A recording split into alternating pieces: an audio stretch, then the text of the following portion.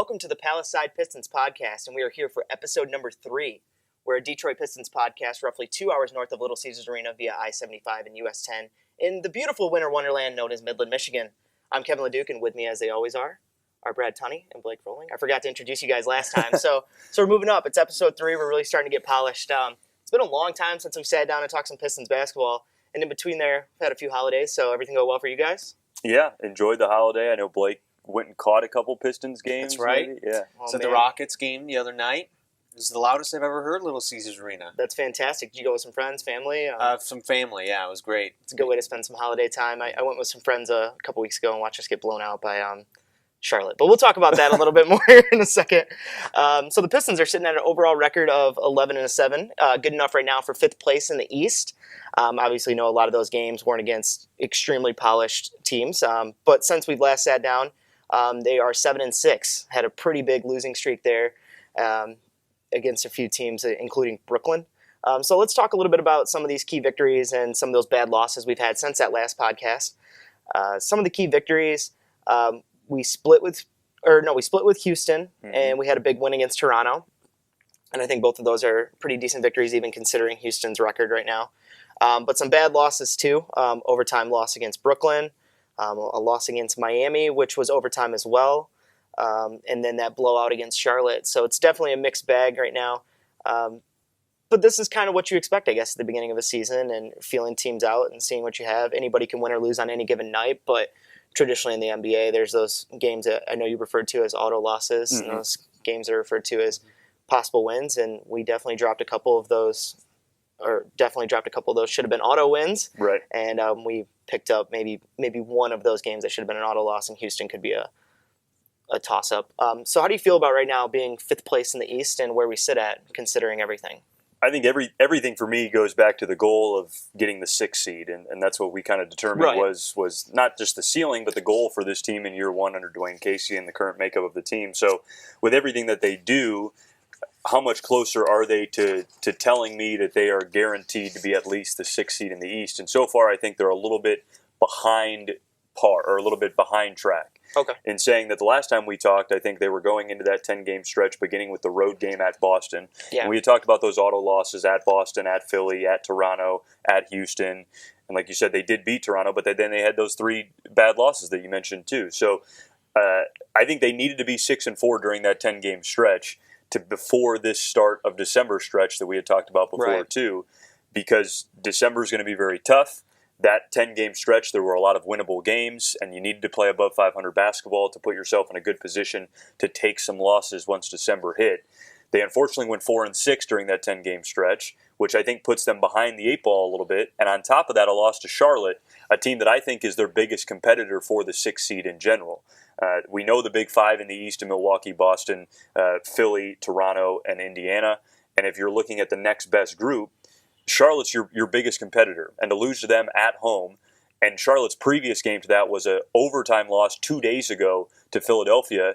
Detroit was the fresher group. They were the home group. You said you were at that game. Yeah. And even though it was just a 10-point loss, it was a bigger loss than that. No energy. Yeah. So I think that was as disappointing a loss as I've seen on the schedule so far. It brought them back to 500. There should have been some extra motivation there, and there just wasn't.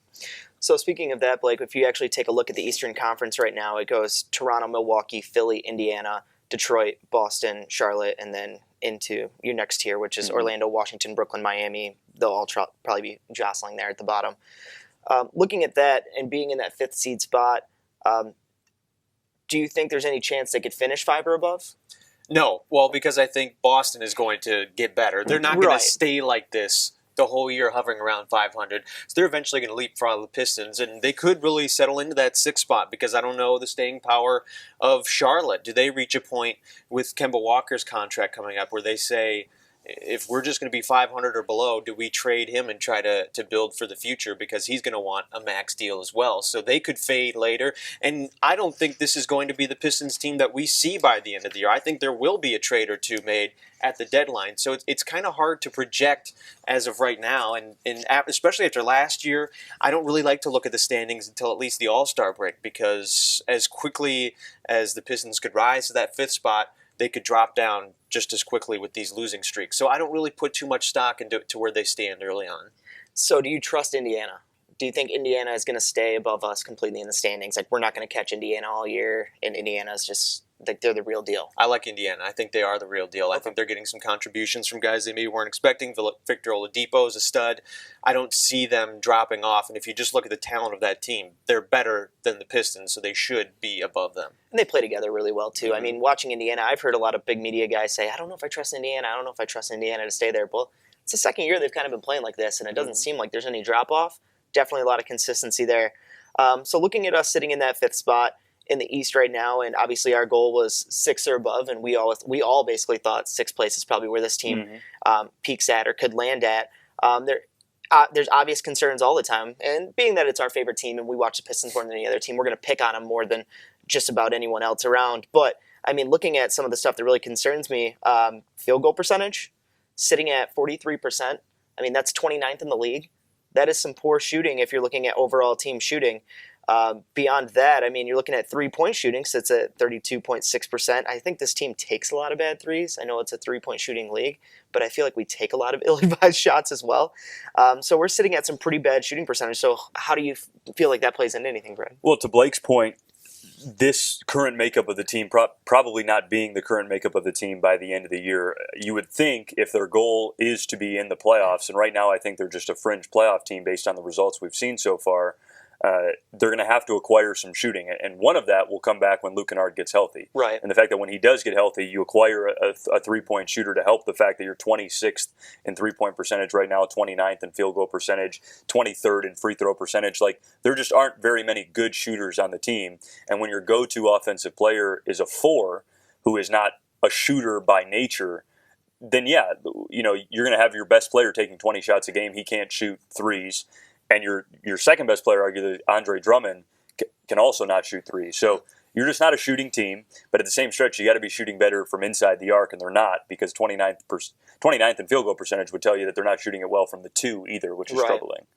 Well, I know you said that Blake isn't necessarily a great 3-point shooter. I mean, he's been all right this year. Yeah, I mean, down to 37% now. Yeah, right. I mean, he's down a lot. He's been all right. He hasn't been good. I think last time we sat down, he was good. Yeah, we were talking like 40s MVP level. Yeah, we were talking 40%, like in the 40s, and you know, this guy is, you know, easy all-star and so on and so forth. Yeah, it is a little bit concerning when your 2 best players are these bigs down low. But looking at that, who do you trust when they get the ball at the 3-point line right now? Who, when they catch the ball at the 3-point line, do you feel okay with? And that's what's scary. Unfortunately, Blake is probably the guy you trust the most without Reggie Bullock shooting it well. Right. Ish and Reggie can't shoot it from down there. Stanley Johnson had a great game the other night in that win against New York, but otherwise he hasn't shot it well. I like Langston Galloway. I know his numbers aren't the best. He's at 34% right now, but he's a guy where if he gets hot, he's the best shooter on the team. Right. And he's got no conscience. So he's almost like a J.R. Smith, and I know that seems like a negative, but he is an all-time shooter if you just look at his numbers and his 3-point success, and that's kind of what Langston Galloway is and can provide him that spark off the bench. And the problem is with some of the lineups that the Pistons use, they tend to favor defense a little bit more, sacrificing that outside shot where your best shooter is going to be maybe even Reggie Jackson at any given moment, which is not a recipe for offensive success. I agree. And the reason I want to talk about that is I was a little off the cuff, but really thinking about our 3-point shooting and who catches the ball and who you're confident with. I don't know if there's anyone that I feel like some nights it's Reggie Bullock. Every now and then it's Reggie Jackson. Mm-hmm. Blake, honestly, it's probably Blake Griffin who I feel the most confident with the ball in his hands at 3-point line, and that is not a good recipe for success. I think when Luke Kennard gets back, I might feel a little bit differently about that too. But you're correct, Langston Galloway, when he's in the game, can be a nice little offensive spark. Glenn Robinson III can sometimes be a little spark for you, but it's hard to know because I think Reggie Jackson has huge issues shooting bad threes. Just it's auto. Anytime the ball gets in his hands, he's just looking. I think he's just trying to reinvent his game. There's a lot of pressure on him internally, I think, right now, and it's hard. So looking at that, and we kind of touched on those bigs down low. And when I put Drummond's consistency in here, it was before last night's game. Right. So last night, the Pistons beat, the Knicks. They played the Knicks last night, and Drummond was pretty terrible. But before then, he had a nice 10-game stretch where it was basically 16 to 20 rebounds a game. Point totals were 15 to 25 for the most part. And I really think he's taken a next step by being consistent. He still looks the same. The eye test looks the same on any given night. But as far as consistency goes, I really think he's taken that next step. So where do you put Drummond now this season? Do you think there's a lot more room for improvement in this guy's career, or do you think he's starting to cap out and we might be getting the best of him right now? I mean, I think you're seeing what you're going to get for years to come out of Andre Drummond unless he makes some drastic change. Like last year, I think he was better than he's been early this year. I know we've fallen in love with the 2020 games, and Pistons PR will push on us that 2020 games are this big deal. And again, for a guy that only plays in the paint, I'll continue to say that the rebounding numbers are not as important as they may seem, and his rebounding percentage is down this year compared to last year. It's empty. He's really not shooting it as well as he has in his past. His free throw percentage is back down below 50%, which makes him tentative going to the rim. So while his point per game numbers are up, his rebounds were really high to start. He's now averaging 16 boards, same as he did last year. Per 100 possessions, it's lower than it was last year. So he's relatively the same guy that we've seen over the last couple of seasons. Plus, if you look at some of the advanced metrics, his win shares per 48 are down, his PER is down, his defensive rating is down, his offensive rating is down. So very early, he's about the same guy that we've seen, and unfortunately, he needs to continue to take steps if he wants to be the second best player on this team and they become a real challenger.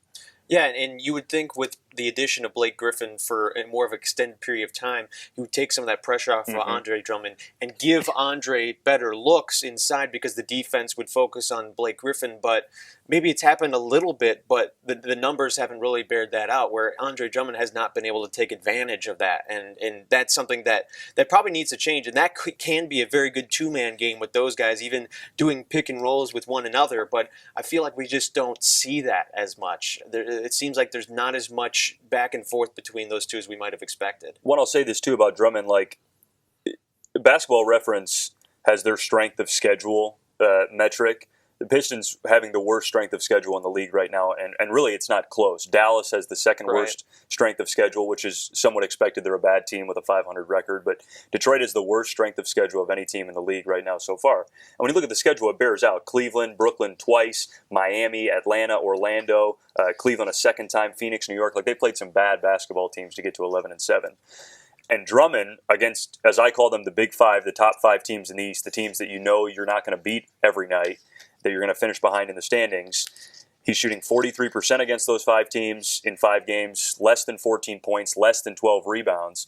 And when he starts to play against some of those better players, and we've seen it against Joel Embiid twice this year, where Drummond shrinks into not even half the player that he normally is. When he plays those better teams, he becomes a much lesser player. And with an easy strength of schedule right now, we're seeing his numbers elevated to a point where I think it's creating an unfair expectation for him. Whereas by the end of the year, when this strength of schedule gets a little better, he's going to end up not being as productive as he's been in years past, which is going to be disappointing. Andre seems to get ate alive by these big teams, and that's kind of been his MO for a long time. Yeah. And I think that's why having Blake now on the team is so good, because Blake doesn't look like he shrinks in those big moments as much, at least. Feels like he gets better. He right? gets better. He elevates his game, which is a true testament of a superstar or a star in this league. I don't know if you say Blake is a superstar, but he's having one of his best seasons ever. If you realistically look at it, it's probably his best season of his career, other than maybe 2013 in a Clippers uniform. So I think it's really good that we have Blake there to offset him. But really, for this team to go to the next level, if they were to jump from that 6th spot and go anywhere, Andre's got to continue being consistent like he was in those 10 games before last night, and see if he can elevate against big teams. That's the next step in his development, is really taking on larger opponents and trying to put himself in the toes of, I'm the all-star. Right. I'm the man on the court right now. And he does not feel like that, or he does not seem like that when he goes up against these big guys. No, he'll get those 20-20 games every night against, the Hawks of the world, the Knicks of the world, and even though he struggled against the Knicks last night. But once the schedule becomes a little more difficult to start that stretch of December, only one of their first 11 games in December they're favored in right now, according to Vegas, and then also the dumb BPI from ESPN, which is arbitrary, but we'll use it here to show that they're not going to be favored for the first 2 weeks of the month of December. If we give them a generous 4 wins during that 11-game stretch, they're only a game or two above 500. So it's going to be really sketchy moving forward, and also, as the Pistons go, Andre Drummond will go. If he can be 20-20 Drummond for that 11-game stretch, they're going to be above 500 to finish that. But if he shrinks to 13-11 Drummond, shooting 40% the way he has against some of the top components in the season this year, then they're going to really struggle, and we're going to see this team plummet to, again, a fringe playoff team. Well, I think what's crazy, too, is if you really look at this whole season, the high-end points every single game has either been Blake Griffin or Andre Drummond. The high rebounds every single game has either been Blake Griffin or Andre Drummond. And when one of those guys doesn't seem to get up for big opponents, you've got a problem on your hands. You got one guy. Yeah, you've got one guy at that point. So if you look at this first Boston game, Blake shrank in that game. Dre led the team with 18 and 8, and when that's your star line, that's a problem. Philly, Blake Griffin dropped 38, had 13, so he rose to the occasion in that game. Toronto, Blake Griffin had 30 points, 12 rebounds. He rose to the occasion in that game. Both the Houston games, he led in points, 37 and 28. In rebounds, he led in one of those games. So yeah, these good opponents, Blake Griffin seems to be the one that's really holding that load, and that is a huge problem for this team. Also notable, too, if you look at assists on this team, Blake Griffin leads the team on a lot of nights, almost half the games here in the season, it looks like. And then there's a scatter of names around that. Sometimes it's Reggie Jackson, Ish Smith once or twice, Reggie Bullock once or twice. That's a problem, too. So if you're looking right now, we really need some help for Blake. Blake's been nice and consistent. He's had a couple off nights. But for the most part, we need some more consistency other than him. And I really think that shows a testament of he's this team's leader right now. Mm-hmm. He has to be. I mean, that's why they're paying him $30+ million to be. And if you look at the roster, being objective, taking your Pistons hat off, it's Andre Drummond, Blake Griffin, and role players. Some guys. Any other team, or any other good team, I should say, Reggie Jackson is not a starting point guard. Reggie Bullock is not starting. Right. Glenn Robinson is not starting. So that's also another thing you have to take into consideration. It's not that these guys are underperforming. They are performing to their talent, but they are forced to play bigger roles because that's all the Pistons have right now, because of all the money dedicated to those two guys and the disappointing play of Reggie Jackson, and the injuries have slowed him down. But yeah, that's what you're going to get every single night. And if one of those guys gets hurt, the season's probably over, especially if it's Blake Griffin. If Blake Griffin gets hurt, they're done. I don't see any way they could recover from that. Yeah, I mean, a Blake Griffin injury is dire for this team, and they're a lottery bound, no doubt, right? But you bring up like the high in assists per game, which is somewhat telling because in only 5 games this year, they've had somebody go over 6 assists in a game, which in a league where, yes, assist numbers are down, there's more one-on-one play for a lot of teams, it's still a little concerning that Blake Griffin most nights is your primary ball handler.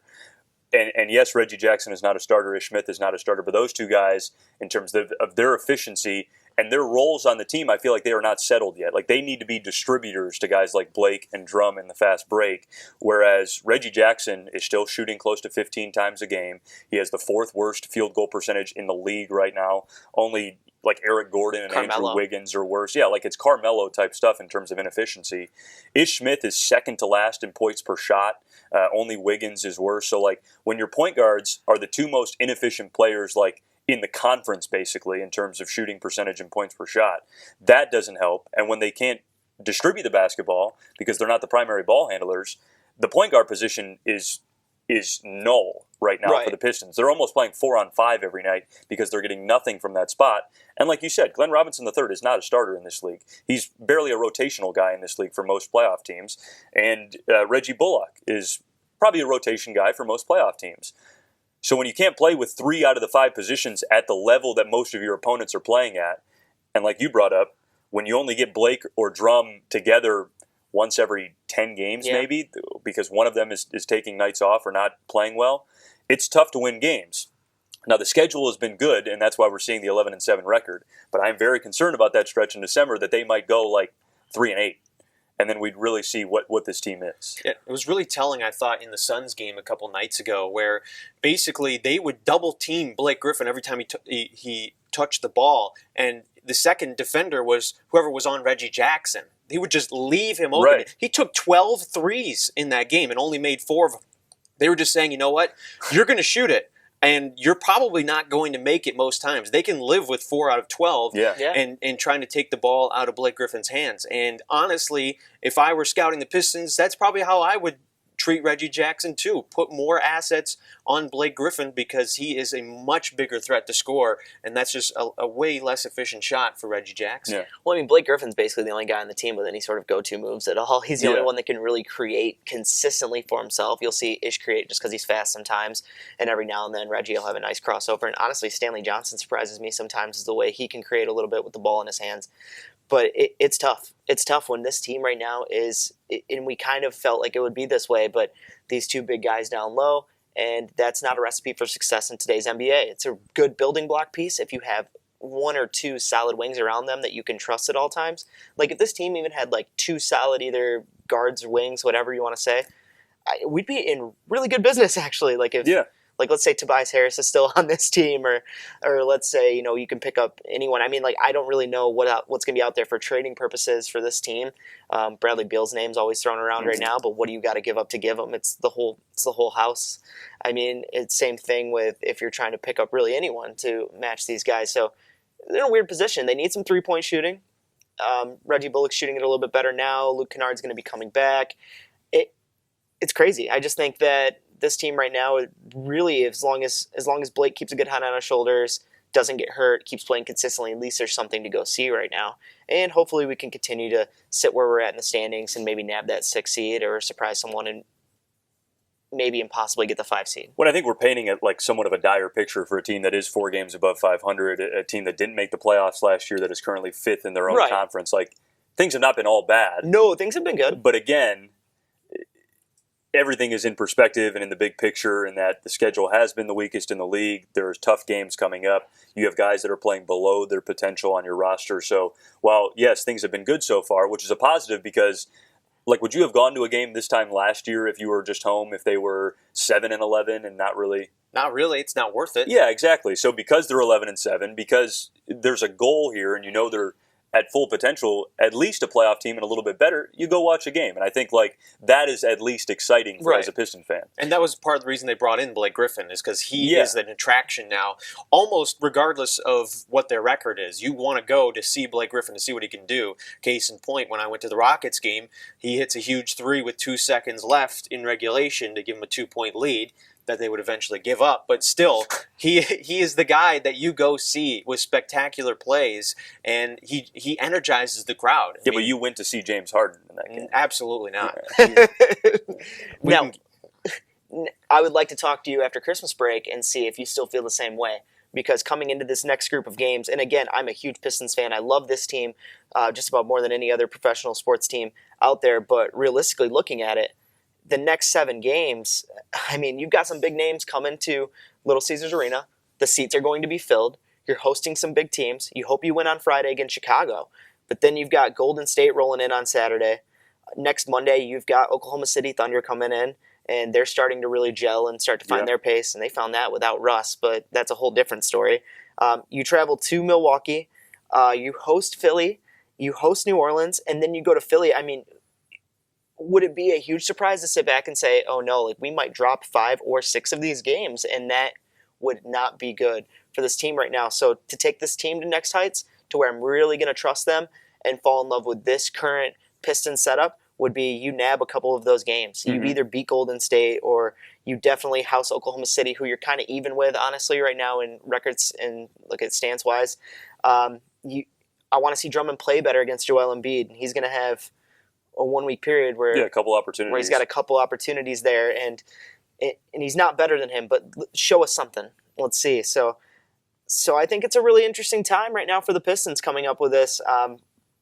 But as we said, with really those 2 big guys down low, you're looking at your wing players and your guards to step up, and I really have to wonder about Reggie Jackson and where he's going to step from here. Like, is he going to settle into a role and be more choosy with his shots, which he's never shown that he would be able to do? I mean, his attitude seems to be in a good spot. He seems to be saying all the right things to the media. The other night after a game, they said to him, you've had a couple really nice games, because he has had a couple nice games in this last little stretch here. And what's it really like to be a leader on this team? And he basically said, I'm not a leader on this team. He goes, we're all trying to play our role here. Blake Griffin is the leader of this team. We roll like Blake rolls. And then after that, we roll like Drum rolls. So those 2 guys really set the tone for us. And I think that's something he wouldn't have normally said last year or the year before that injury. So I have to wonder, A, is his confidence where it needs to be? And B, is he going to get smarter about his shot selection? So, I mean, I don't know. Well, it's a mentality shift, really, for Reggie Jackson, because when he first came to the Pistons in those couple years after, he was the go-to player to score.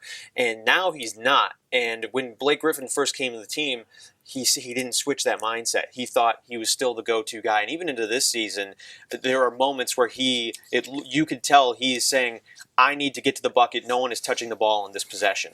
And you need to have that switch where he is facilitating to Andre Drummond and Blake Griffin. Last 3 games, he's averaging 6 assists a game, and he's gotten to the line 24 times. That's his key. Yeah. You distribute and you drive, kick, get to the line. That's his game.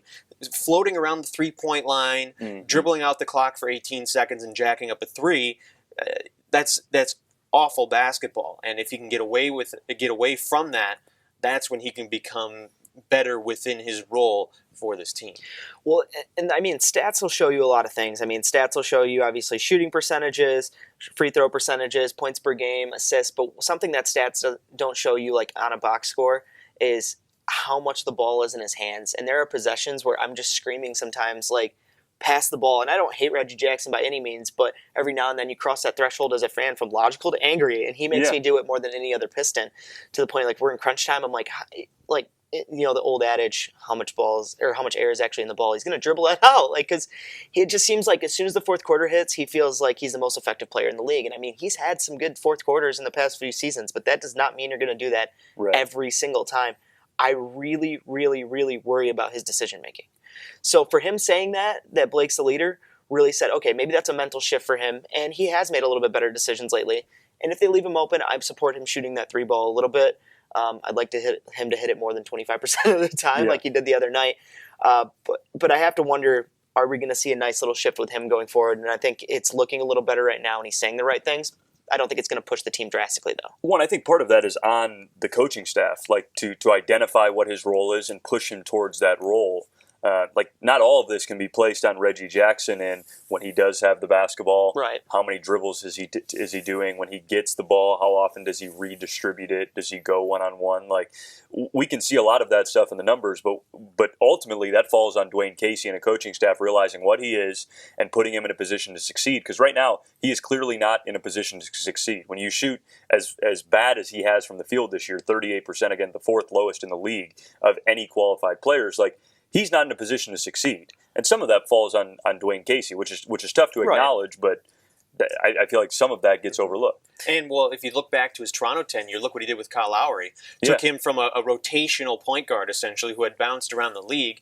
Now he's basically a perennial all-star in the East, having his best season of his career now. But a lot of that, and you could even hear interviews with Lowry saying, it was because of Casey's coaching, helped him shift his game. And I'm not saying he's going to be able to elevate Reggie Jackson to that level, because I don't think he has it in him, but at least elevate him more and find the best pieces of his game and use those more within the game plan, instead of just letting him just head down, drive to the basket, and with 3 defenders on him. Well, I think the thing too with Dwayne Casey is there is as somebody in a new job, not even just as a head NBA coach, but you have to have the buy-in of your employees, or you have to have the buy-in of your team. And I think right now Dwayne Casey is very much treading lightly. I think you have to a little bit, and you really have to get these guys on your side, so that we might not have seen Dwayne Casey's full imprint happen yet. I think right now he is very much a player's coach. They seem to really like him. Morale seems to be up from everything they say. I mean, Stan Van Gundy was not that type of coach. Stan Van Gundy would come in and house them, I think, if they played terrible. So I think Dwayne Casey more being that player-coach style. It might be a little different vibe in the locker room right now, but I really hope that he will put the throttle on Reggie, and after Reggie fully trusts him, and then they can sit down and forge a better relationship to get Reggie into a better position. So we have seen a little bit of a shakeup in the starting lineup as well. We've seen Glenn Robinson III kind of bump into that starting lineup spot. And then we have Stanley Johnson coming off the bench instead of, and he's still usually playing more minutes than Glenn Robinson III, and a lot of times he's in at crunch time. How do we feel about that right now? Well, it's a weird dynamic, because Glenn Robinson will start and then play maybe 15 minutes the whole game. You see him for the first 6 minutes of the game, and then he's barely making an impact afterwards. And then you see a guy like a Bruce Brown, Langston Galloway, Stanley Johnson, all kind of rotating in that spot instead of Glenn Robinson. So I don't understand, really. I don't know if Dwayne Casey knows exactly what he has out of Robinson right now. And I think Stanley Johnson is perfectly suited for the bench. I think when he goes up against other teams' second units, that's when he can thrive, whereas defense shows up even more, and he can actually score. I think that's a good spot for him. Occasionally playing with the starters, but overall, I think he can be, if he could be the leader of the second unit, I think that's where he's better suited, and maybe from there can evolve into a starter. But he's played with starters the first couple years of his career, and it hasn't worked. And if you keep doing the same thing over and over again, you can't expect something different. So I like how he's being used. I just question where I don't really think Glenn Robinson fits right now, and Casey is still trying to tinker to find that out. And some of that fit is just based on the personnel and being so similar. Like, ideally, Stanley Johnson, Bruce Brown, and GR3 are like all 3-and-D guys. They're all kind of like Robert Covington molds, right? Yeah. And unfortunately, they're all lacking on the offensive end, but all playing pretty decent defense. Like, Bruce Brown is playing some good defense. Stanley Johnson's playing good defense. GR3 can defend a little bit. So, like, they're all the same guy. And I think it's almost somewhat smart for Dwayne Casey to be using an early stretch of bad games or an early stretch of weaker opponents to determine, okay, which one of these three guys is actually going to be our starting 3-and-D mold guy. And while GR3 has been getting some starts and then fewer minutes, like, is that guy ultimately Bruce Brown, who is undersized but is a rookie? So does he need more time to get into the game? Stanley Johnson, you know what he is. And if you can't find anything from GR3 or Bruce Brown, maybe Stanley's that guy. So ultimately, you would hope that during this next stretch that we talk about in December, it gets more settled. Instead of playing all three of those guys in the same role, in the same position, looking for different results when they're essentially the same player. Like, who is the best of that group? Instill confidence in them, start them, and start giving them minutes. Well, I think the thing with Stanley Johnson right now, seeing him come off the bench, Stanley's one of those players, and I think you can say this about a lot of players, he plays so much better once he has a good start. So I think when he's getting into games, coming off the bench, and he might have a little offensive spark, that ups his defensive game and really prepares him for the second half and puts us in a position to allow him to be somebody who gives energy to the team. Sure. Because when Stanley plays well, the rest of the team really seems to rally around him, and they love the energy that he brings, especially on the defensive end. I mean, we saw that against Toronto where he had a couple nice plays down the stretch, playing one of the best players in the league. I mean, you're looking at Stanley. I don't really know what to think of him sometimes. Obviously, I wish him the best and want him to play well. But I don't know if he's really suited to be a starter. I don't know if he can be a starter on this team and have it be a recipe for success, even if he is better than the guy in front of him. Well, I think it's telling, especially.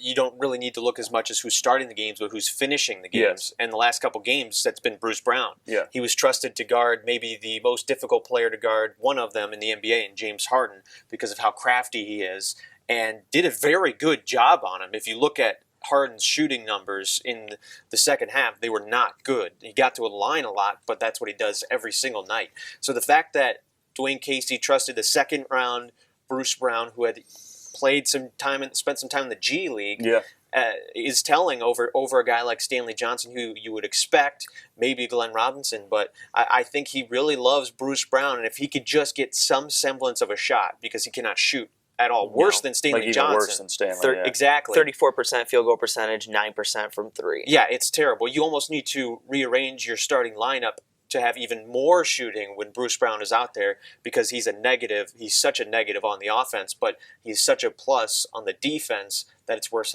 having him out there. Bruce Brown on the floor, like, forces your hand to have shooters at the 1 and 2 position if he's going to be defending opposing threes with Drum and Blake on the floor. Unfortunately, there aren't shooters on the roster to accompany Bruce Brown's defensive efforts on there. So while his defensive ability is maybe the best in terms of wing defender on the team right now, and some of that might just be early energy as a rookie. You've got an extra spark compared to a guy like Stanley Johnson, who has already gone through this, but you need shooters at the 1 and 2 position. They don't have a shooter at the 1. Luke Kennard is injured, so when Bruce Brown is on the floor, they take a hit offensively, but is it worth it for the extra defensive oomph that he can give you? And that'll be a trade deadline thing. Like, can you move Stanley Johnson and a couple other pieces to get shooters at the point guard position? And I think that's the most important position to get a shooter at right now, because you don't have one. I think if we get a shooter at that point guard position and then Luke comes back, I mean, the team looks like it's in a pretty decent spot at that point in time. So how do we feel about Luke Kennard now? Do we value him a lot more since we've seen him go out? Yeah, I think you always value something you once had and now don't have a little bit more, right? So, like, he was a great shooter. He showed improvement during his rookie season and was a good three-point shooter with a decent volume last year. You would think that he would take another step, shoot it a little better, a little more volume. And at that point, I mean, he's your starting 2 guard. Right. If you wanted to put Bruce Brown at the 3 and Reggie at the 1. And that's maybe your best 5 moving forward, while you're very undersized 1 through 3, because Bruce Brown's only like 6'3", but he's got a long wingspan. Yeah, he can defend 6'7" guys, Mm-hmm. 6'8" guys. Luke Kennard's obviously not going to defend at a high level. Neither is Reggie Jackson. So Right. you've got to piece together things. I mean, you've got a square peg, round hole team, and eventually you're going to piece something together. I mean, looking at Bruce Brown, and I know you guys seem to be pretty high on Bruce Brown.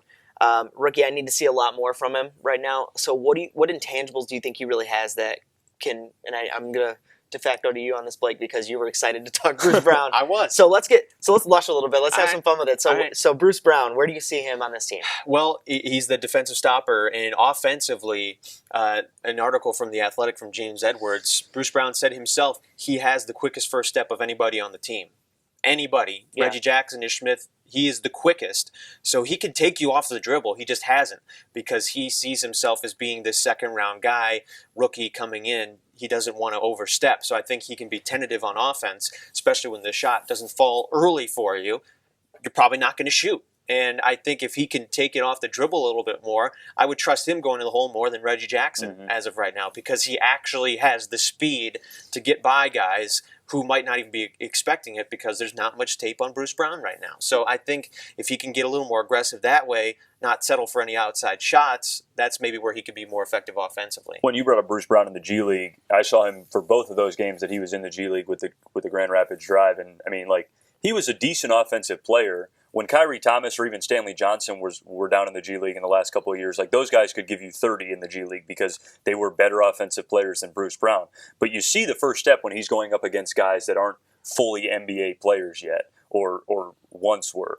He was like a 15-10 guy. Right. He would rebound from the guard position, which was good to see at 6'3". He's just more active than other guys on the floor, which, again, some of that could be rookie energy and rookie effort, but you hope that sticks with a guy who was overlooked somewhat as a college player at Miami, ended up going as a second-round pick. Like, how much of that is going to translate to the NBA? Because he was a decent offensive player in the G League this year.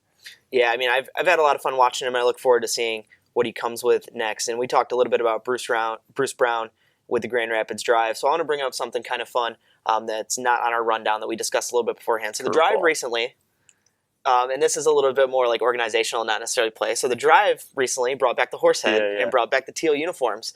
So I figured with all these city edition uniforms going around, Miami has the Miami Vice uniforms.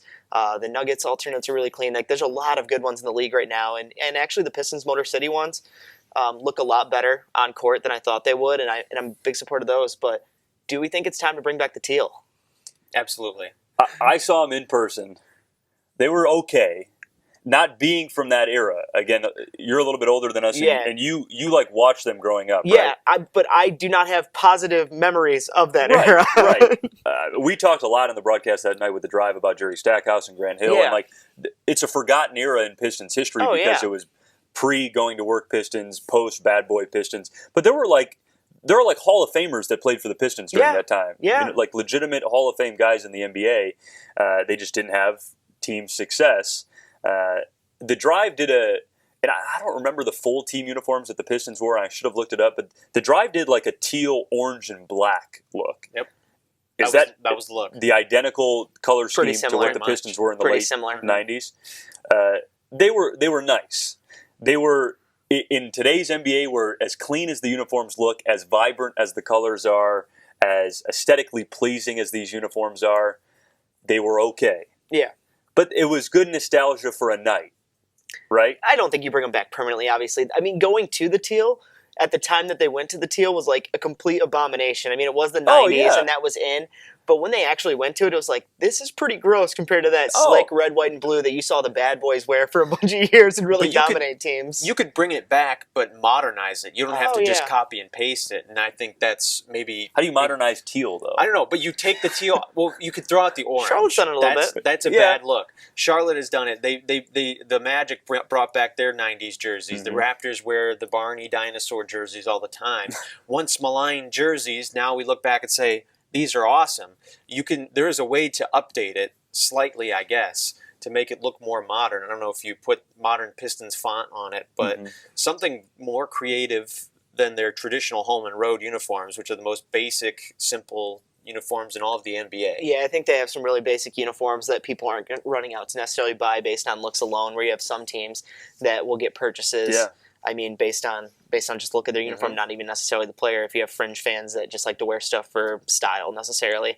But yeah, I would love to see the teal return. I told Blake I would like to see the teal return, but I would like it to be on a very special occasion and do like an alternate court with it. And I think that logical special occasion is, and I understand everybody retires everyone's number because it's the NBA, but if you put Grant Hill in the rafters, you put an alternate court out there, you put the guys in those uniforms and do a true homage, I think that could be a really fun night in downtown Detroit. Yeah, and pack LCA about 60%. Yeah. As opposed to 55. It'd be a positive. I think that would be a great night, though. Yeah, I think it would be a lot of fun. Yeah. And I think that would be cool. So do you guys have some favorites of the City Edition uniforms around the league right now? I like Denver just because I watch more Denver basketball than most probably. Denver's are nice. They're a league pass team for me or a streaming team for me. Well, you can catch them late at night too. If you're doing stuff in the evening, you might not be able to watch a lot of East Coast stuff. So I find myself watching some West Coast teams a lot. Denver's one of those teams. Yeah, so like I like their City Edition uniforms. I like the Buzz City from Charlotte. Yeah, that's those cool. jerseys are nice. Especially when Kemba scores 40 in them and like you see the highlights of them, they're nice. Some of them have been pretty crazy. Like the Lakers purple ones are pretty nuts. Yeah. Oklahoma City's are pretty wild. Obviously, the Miami Vice ones are so cool looking. Like, so there's a lot of cool uniforms out there right now. And then obviously there's teams that just do some slight changes because they're so classic, like the Celtics, and those even the slight gold added in is pretty nice too. So we're talking a little bit about the uniforms around the league, but there's been a lot of stuff going on around the NBA, and I kind of left it open today to just kind of have some open forum, and we'll wing it a little bit, but some fun stuff you've seen. I mean, I think it's kind of interesting what's going on in Golden State with those guys when you're talking Draymond and Kevin Durant and that situation that occurred about a week and a half ago. So what's some stuff that you guys are looking at? Well, I would love to bring up this wild take that you, Brad, brought up with the Pistons should trade for Markelle Fultz. And I don't know if you were serious. I hope you weren't. But you said it, so we're bringing it up. That's a troll move. Why? That's a troll move. Well, look. That's bait. Markelle Fultz was a consensus number one pick, right? Right. And so was Anthony Bennett. And well, in a very weak draft. We're talking about one of the better drafts talent-wise, and we've already seen some of that play out, like with the guys that were taken behind Fultz. Fultz was as good as any player in the country when he was at Washington. Like, was a 40% three-point shooter, got to the rim whenever he wanted to, could distribute, could rebound. I watched more Washington Husky games than I should have when Markelle Fultz was there. Yeah. Like, kid's a real talent, and just fell behind the eight ball in Philadelphia mentally, physically. The players are probably looking at, like, that's a fan base that celebrates when he attempts a three. Like, they will give him a standing ovation when he shoots a three when he's on the floor. And now being removed from the organization, it's like this guy needs a fresh start. The price tag is so low. We're seeing, rumors of, well, Cleveland can give up Kyle Korver and J.R. Smith for him. If I'm the Pistons, I'm calling with a similar package of Reggie Bullock and a first-round pick. Like, at that point, you can't trade first-round. I'm not giving a first-rounder for him. Really? No. Well, they already traded their first-rounder last year. Well, you trade 2 years from now. Philly's not in any rush here, right? So, like, to me, he was a number one pick last year. And we have given him how many games to prove to us in a hostile environment, not knowing if he's healthy or not. Give this kid a fresh start, and if he turns into half of what he was at Washington, then yeah, he's worth a mid-lottery pick for the Pistons because they're going to make the playoffs this year. They're going to have the 15th to 20th pick. You're not going to hit on a player at that point anyway. Go take a risk with Markelle Fultz. That's a big if. It's a big if he was half of what he is at Washington, and right now he does not look like that. Yeah, we're penciling him in as the biggest bust in NBA history. Basically. I wouldn't say well, right now it's trending that way. He's trending that way. You said the Pistons, I just think that's a wild assumption to make. I think he's going to get better. I think he's going to have some okay years. You said the Pistons need shooting at the point guard position, and you go with a guy that maybe has the most broke jumper I've ever seen. Again. It's me being a pessimist with the Pistons, acknowledging that they're not a title contender right now. They need talent, right? And young talent. Markelle Fultz is a young talent question mark. And for me, that's worth a first-round pick for a team that's going to have a non-lottery pick for a couple of years. I would give a rotational player and a second-round pick for him at most. If you do that, then maybe I could be on board with the risk. But the Pistons have been burned so many times by giving away first-round picks for nothing that I don't think it's worth it. Like, to the point when you said that Philly might be able to give him away to Cleveland for Kyle Korver and J.R. Smith, if I'm Philly, I'm picking up the phone right now and I'm taking that deal, like, immediately. See, you bring back I Kyle think Korver, the somebody that's national important to their perception of organization. Markelle Fultz is so far away from what it was last summer when we were talking about teams offering Philadelphia multiple first-round picks for this kid because of how good he was at Washington and because of how good he was on the recruiting trail in high school. And now all of a sudden he's not worth any more than Kyle Korver? Well, you also Like a bench player on the worst team in the league? Well, I said this is different. I said for Philly, I think that makes sense to get Kyle Korver and J.R. Smith. Shooter. That doesn't make sense for every team in the league to take that trade. I just think for Philly it makes sense. You bring back Kyle Korver, somebody who's been important to that city already in the past. You had J.R. Smith. You've got Jimmy Buckets on the team now. I think that'd be a pretty good recipe for success for them. I wouldn't necessarily say every team should take that deal. They want to win now. That's why they would take that trade. Can you really play, as of right this second, can you play Markelle Fultz and Ben Simmons at the same time? Oh, no, you can. They've proven that. So you have very little leverage. And to me, the Pistons, again, are no better than a 6 seed in the East. Right. Give me Markelle Fultz. I hope you're right. So here's my thing. I hope you're right. Wow. I hope if they made the deal and Markelle Fultz came over and he was even half or even a little bit better than what he was, that we would be in a great position. So, I hope you'd be correct and they make that deal. But if the moment they make it... they're not going to do it. No, they're not going to do it. But if they did make it, at this point, I'd be pretty angry about it. But if it happened and worked out, I'd be stoked about that. Here's another wild idea. John Wall. No. The Wizards are selling. They want to sell everybody. Yeah, but you'd much rather have Bradley Beal from that team. Okay, fine. Bradley Beal. And you don't have the assets to get him. Lakers are going to land Bradley Beal probably. You'd have to give up a first-round pick for... would you rather give up a first-round pick in 2021 or whatever the next pick available for the Pistons is for Markelle Fultz or Bradley Beal? Bradley Beal. Bradley Beal. All right. That's fair. Bradley Beal. I would give up a second-round pick gladly for Fultz. Yeah. But a guy who could help you right now, this Pistons roster is constructed... Help you right now for what, though? To do anything.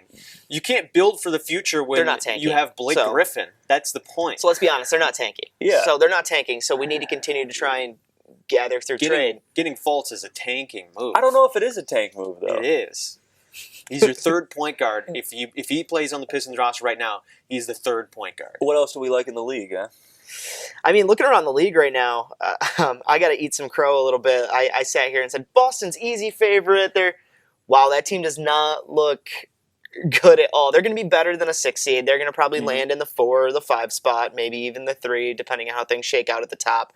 But it is nuts how much Toronto, Milwaukee, and Philly, they just look leaps and bounds better than Boston at this point in time. I mean, Boston's got a lot of assets and a lot of stuff they're sitting on that's going to end up playing better together, and they're going to have quite the streak probably somewhere halfway through the season here.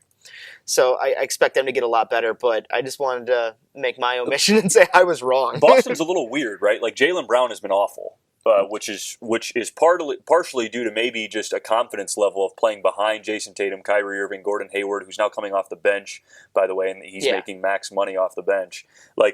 We knew there were a lot of players that needed to touch the basketball in Boston, but it's not like they have a lot of players that are Golden State level, where when they do touch the basketball, they make the most of it every time. We're still talking about a 20-year-old Jason Tatum, a 22-year-old Jaylen Brown, Kyrie Irving, who has really struggled, and his head is in different places at all times of the day. National perception of Markelle Fultz, I think, is way lower than what it should be. National perception of Kyrie Irving is that he's always a top 10 player in the league, and I think that's how he thinks of himself. But when you flatly look at the Boston Celtics roster, I don't think they have a top 20 player in the league, right? The way Kyrie Irving is playing right now, shooting at less than 45%, turning it over, shooting it not well from the 3, not at a high volume, still a struggling defender. If they don't have a top 20 guy in the league, and Milwaukee has a top 10 guy, Toronto has a top 10 guy, Philly's got 2 top 20 guys, most nights, Boston's not having the best player on the floor, and I think we gave them the benefit of the doubt because we assumed Brad Stevens would make all the pieces work. But with new pieces and struggling pieces, this is a team very similar to Utah in the West that is struggling after being a top 4 team last year. But when you look at the roster, they don't have a top 20 guy. But they have the depth, and that's where it can counterbalance. You don't, it's not whoever has the one best player wins. But most nights it is, right? I think there could be some roster wiggling. There's no way that Boston stays just barely over 500. They're not a 500 team. I think I agree with Kevin in that they're a 3 or 4 seed. But I think right now they are clearly behind Toronto, Milwaukee, and Philly. Yeah, and how many games are we in the season? We're a quarter of the way through. That's nothing in the NBA. And they with Danny Ainge, they might not look the same now as they do at the end of the year. And they have an extra first round pick next year to deal if they wanted to. Yeah, they could bring in Anthony Davis. They've got the Nets pick, right? Yeah, they have the Nets pick. So unless it's the number 1 pick and then it goes to Philly. Right. Yeah. At this point, it doesn't look like it will be. If they get Anthony Davis, it's over. They're going to the finals, and they should do that. They should try to be aggressive. Not saying that New Orleans would do that, but that's been one of the more interesting rumors. And I think of any team that could make a move, that would be the most it'd impactful. be Boston easily. Yeah, it's crazy because I think like you're looking at Jaylen Brown and Jason Tatum, and Terry Rozier, like the guys on this team.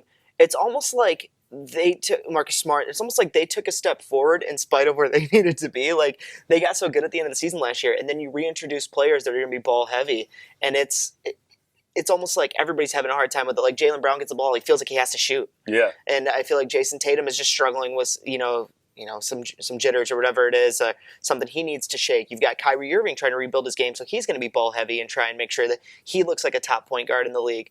Gordon Hayward is dealing with tons of confidence issues. I think a lot of his stuff is mental, and he went through a terrible, gruesome injury, so you don't really know how he's going to come back from that. So you give him the benefit of the doubt on that. So they're really trying to figure it out. And I think those young guys need to realize, like, hey, I don't need to shoot, but like I think they're shooting. They're trying to make sure their money's good for the future. They're trying to make sure they still are perceived the same nationally. So they're in a spot right now where it's hard to know where that team's going to land at. It's a little bit of a soap opera in Boston, not destructive, not crazy. No. Some people saying Brad Stevens overrated as coach. I'm not ready to go there, right? No. We've seen him do too much. Yeah, already. And Boston's got a target on their back most nights to go in there and beat them. I think Boston's very similar to Utah right now in that what they did last year set an unfair expectation based on the personnel that they actually have on their roster, both with excellent coaches, Quinn Snyder and Brad Stevens, but they're both underperforming right now, and it looks like Utah's probably not going to be a playoff team with how heavy the West is. Right. And I mean, speaking of how heavy the West is, if you really take a look at the West, every team in the West, with the exception of the Phoenix Suns, has a shot at the playoffs. I think legitimately there are 14 teams in the West that could make the playoffs in the East. Oh, I agree, 100%. Every team but Phoenix could be at least the 8th seed in the East, which is saying something, right? I agree. And in the East, I think there are probably only 5 teams that are guaranteed a playoff spot in the West. Right, and the Pistons are the cutoff. Of that. So, like, again, that's why the schedule has been a little soft for the Pistons, because they play a lot of East Coast teams to start the year. In the middle of the year, they'll start seeing the Western Conference more. But, yeah, I think there are 14 playoff teams in the Western Conference. How about the Sacramento Kings? Looking good. De'Aaron Fox is a stud. stud. Yeah, he's a stud. He is so good. I was on that bandwagon early. Yeah, well, he couldn't shoot a lick, and now he's actually shooting, yeah. and it's transformational for him. And Marvin Bagley has been better than I think what most expected as a rookie. The rookies this year have been very good. On a side note, DeAndre Ayton, Luka Doncic, Marvin Bagley, Jaren Jackson Jr. from Michigan State, they've all been very good. I think just even like, not even like digging into their roster and looking at their schedule or anything, I just feel good for a city to get some wins every now and then. I mean, Sacramento's been bad for a long time. I mean, if we're talking football, I'm a Lions fan. I know what it's like to just sit in purgatory. So, are there any Sacramento Kings fans left? Like, if you live in NorCal, aren't you a Golden State Warrior fan at this point? I mean, I would even think if you live in Sacramento, absolutely. Like, you can just claim the Bay Area as yours. Well, I think as soon as that DeMarcus Cousins deal went down. Oh yeah, they were just on top of that. Did they win that trade though? Who? The Kings. Oh, getting Buddy Hield and.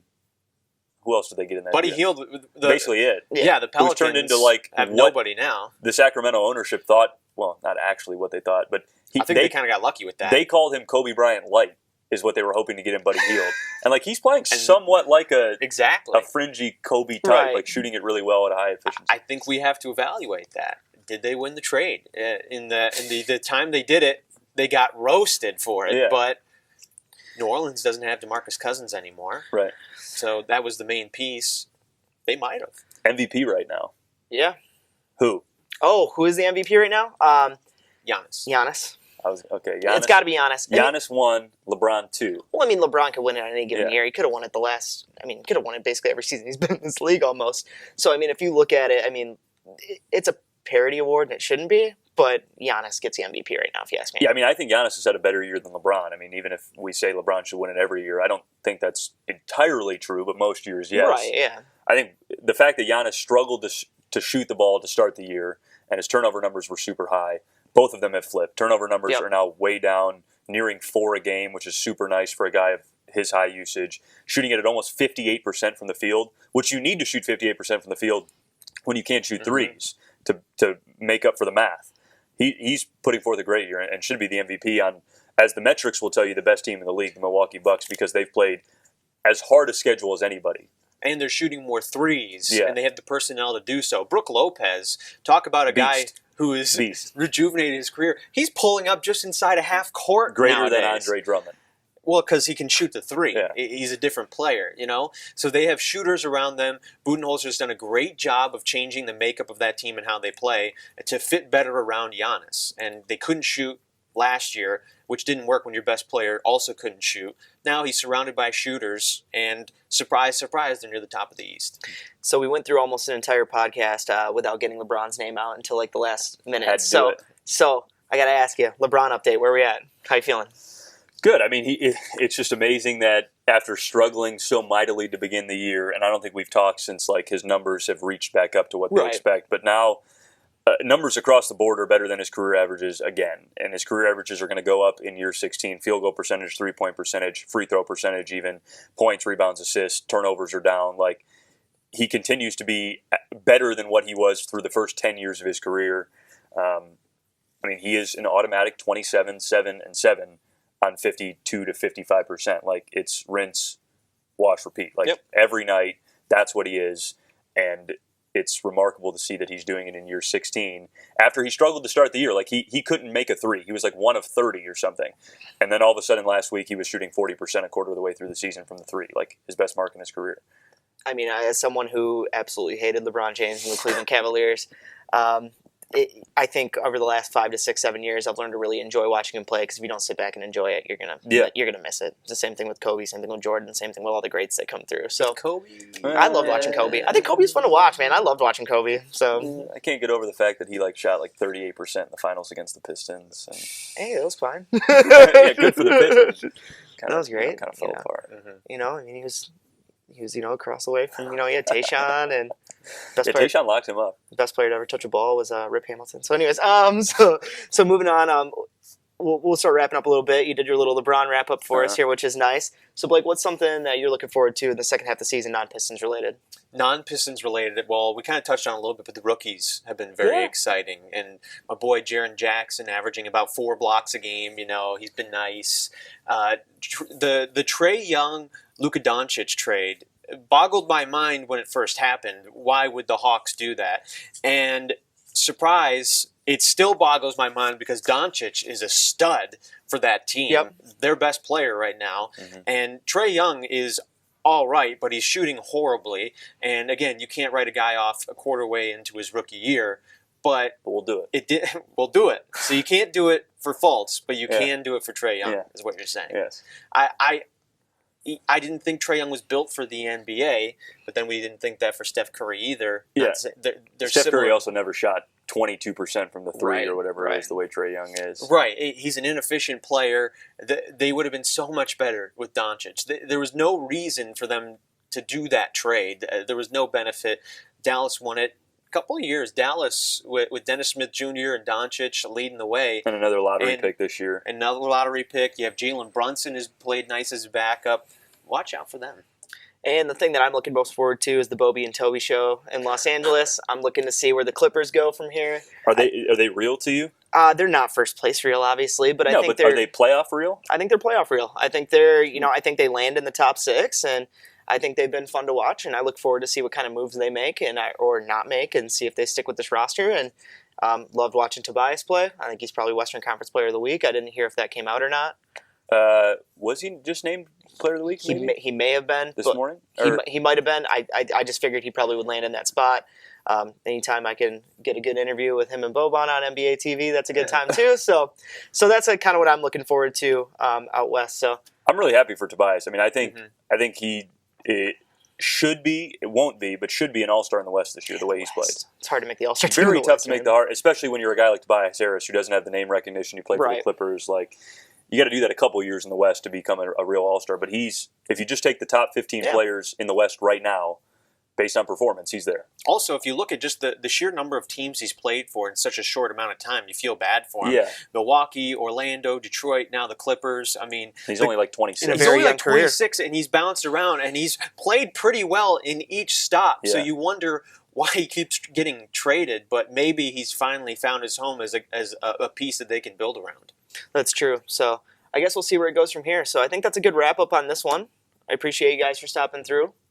So thank you very much, Try not to hold Blake. off as Thank you long very much, next Brad. time. Yeah. You know? Oh yeah, we're good. We're gonna try and get it in here in maybe the next week or two. How So about tomorrow? Let's just right back number make up 2. for I mean, there'll be a lot of Pistons basketball to talk after tonight's off night. So we'll see.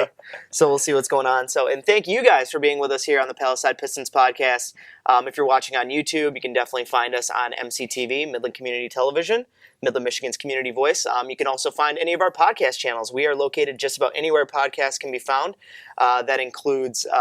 You're looking at Apple, Spotify, Google, Stitcher, just about anything. So thank you so much for stopping by for the Palisade Pistons podcast. And until the next time, go Pistons.